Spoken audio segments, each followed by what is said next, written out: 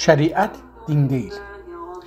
Şəriət tarixdə toplumu idarə etmək amaclı bir təxəssüsdür. Bəlkə biz bu təxəssüsü qəbul edərik, bəlkə yox, amma şəriət deyə bir şey var imiş, indi də var. Şəriət hər nə olur olsun din deyil.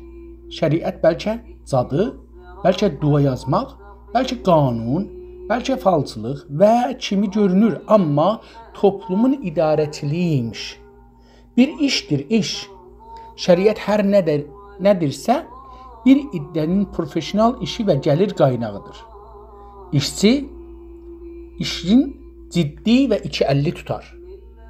İnsaf Əli Hidayət.